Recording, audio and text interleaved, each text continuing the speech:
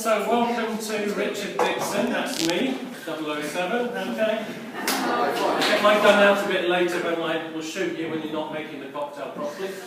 Okay. And my colleague Owen Evans here, who's doing a bit of filming as we speak. Right, what I now need is for you all to come forward to just behind this first table, so you can all see the demonstration and some of the instruction that you will have in making the cocktail. So if you'd all like to come forward, otherwise you won't be able to see from right at the back. Okay.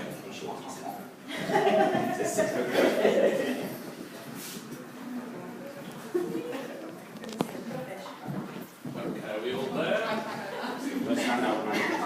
Come on down, the smaller ones, you can come in the front or come down to the side over here. Okay, right, just a bit of a, not history, but a bit about cocktails. So there are basically 4 different types of cocktails that we make and methods that we use to make cocktails.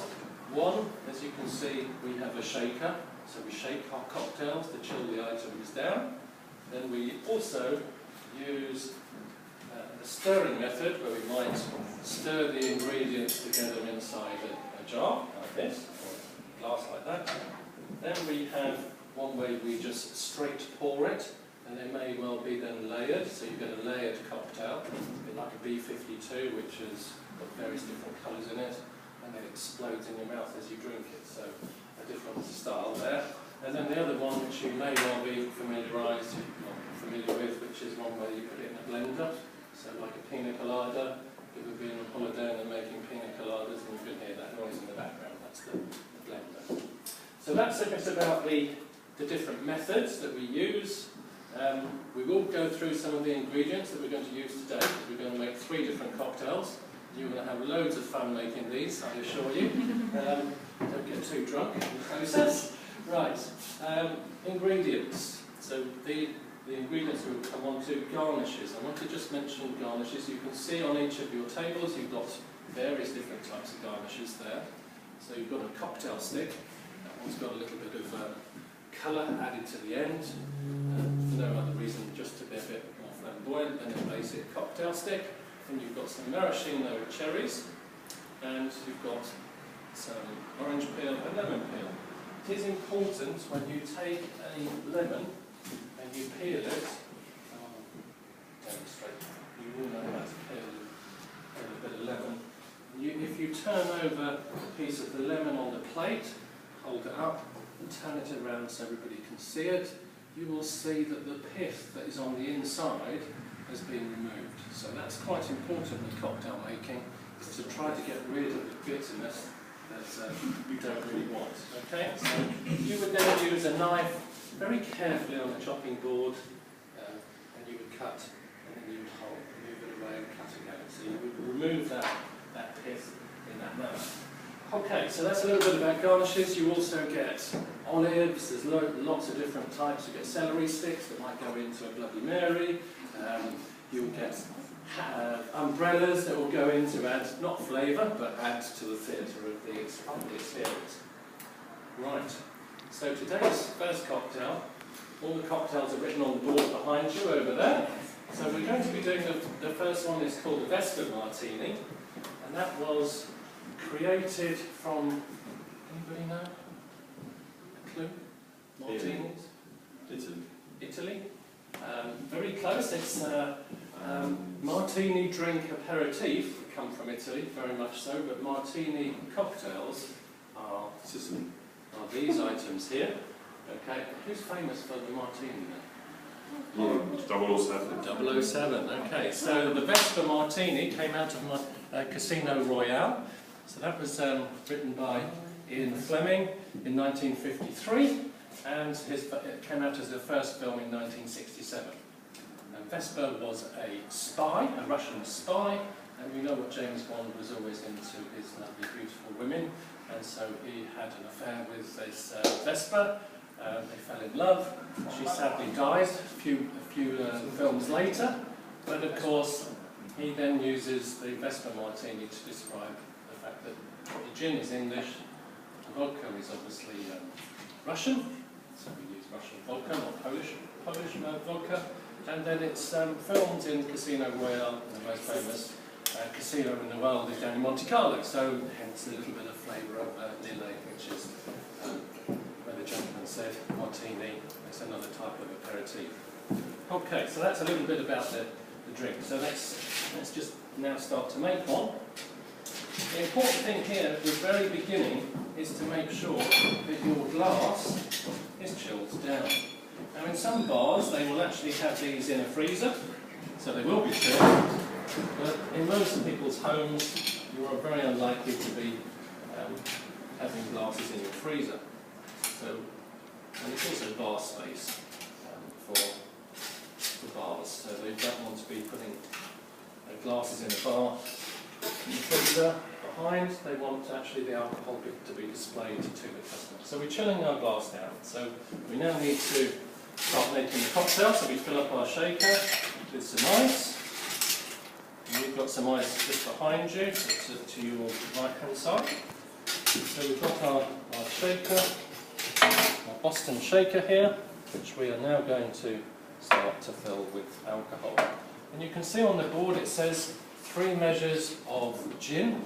This is not a very alcoholic drink at all, as you can imagine. So this is a double measure. Okay, so we will do 3 measures. Well, this is a double, so we'll do 1.5, or I'll do one of those. And then the half of the gin. So that's just the gin.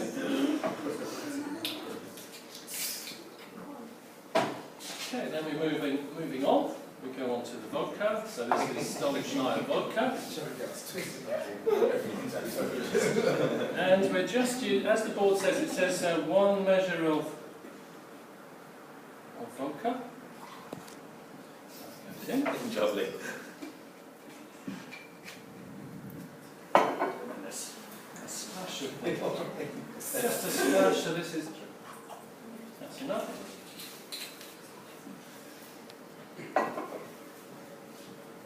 Into the shaker. So this is called Boston shaker. So glass on one side, tin on the other. You can get shakers that are 3-part, which means that you don't have to put the 2 together. You just screw them together, put the top on, and then you can pour it once you've done it. But this is a little bit more complicated, as you can see. So we pour it inside, and we put it upside down like this. Now you want to then just gentle tap. It's not huge bang, bang, bang. Okay, it's a gentle tap. Okay. Then we put it on our shoulder. And the reason we make cocktails in this fashion is that there is a gap here at the moment. If the gap was to get too big, then the liquid would come out. And if we shake it the other way up, and the customer is standing where you guys are, it's going to go all over the customer. So this way, by shaking it, if it does release, it will then go straight over my shoulder and onto my bar bag that has got full of bottles of alcohol that then need to be cleaned, which is the right thing. So you don't, as a barman or bar person, you don't want to be slipping up in this at this point. So finger on the top, finger at the bottom, grip to your shaker, and then you give it a good shake.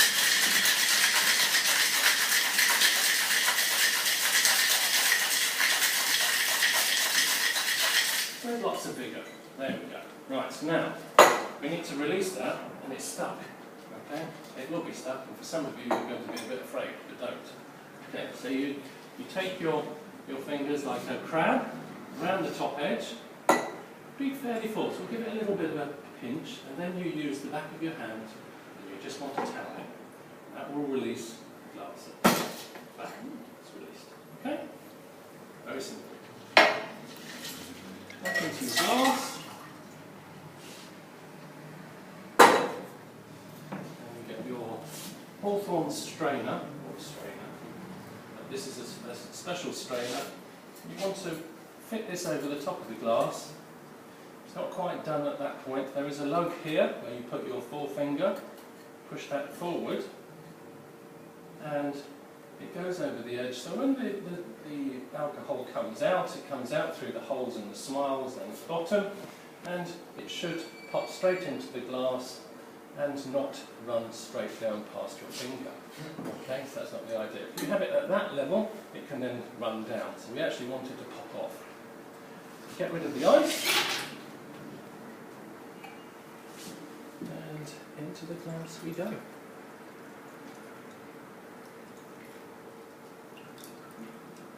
Now if you drink 2 of these, I think you'll be very, very merry.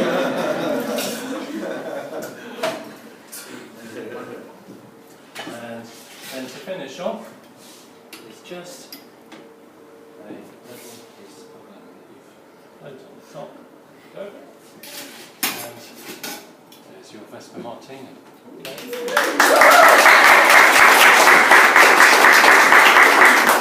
Now there are lots of different martinis. You can have a vodka martini, you can have a dirty martini. It's just that if you have a vodka martini, you're using mainly vodka. If you have a dirty martini, you will use the juice of the olives, and that makes it go a little bit different in colour. You use that inside the drink. Okay. But this one is, if you think of this now, you've got 4 measures of alcohol in there. You're 4 times over the legal limit to dry, so not one to be used. Right.